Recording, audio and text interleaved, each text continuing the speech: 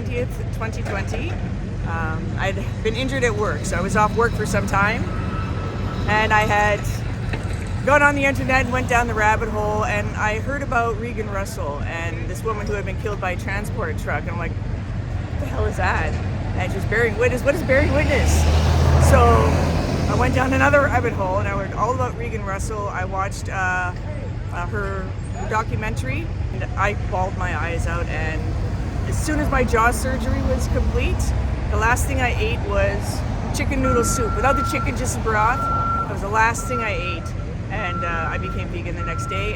And then I became active the next day.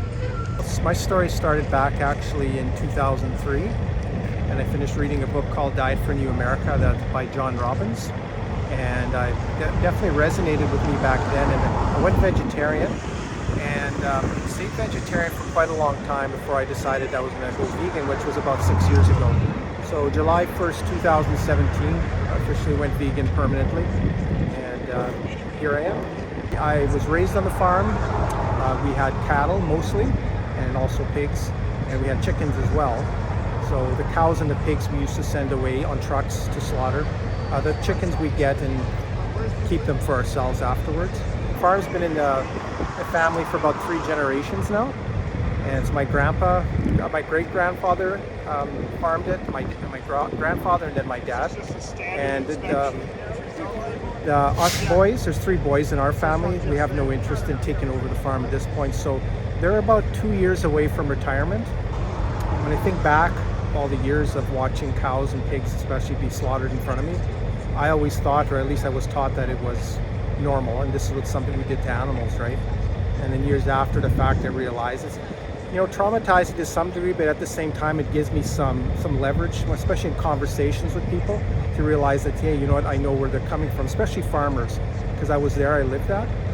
So yeah, it was hard for the family at first when I went vegetarian and then vegan, but they've learned to accept it and accept me, and I support them as human beings, but not necessarily their actions. So I really try to encourage them to take on more compassionate choices.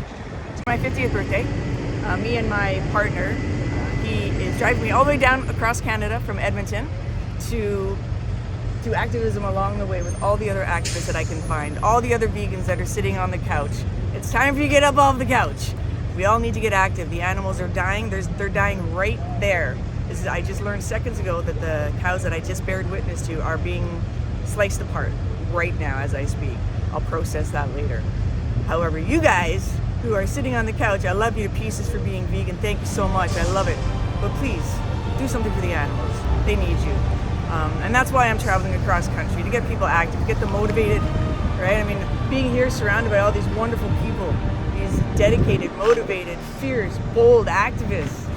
Like, look at them all. They're here, I don't know how often, right? Probably every week, some more than once, more twice, other places all over. I've been to so many events.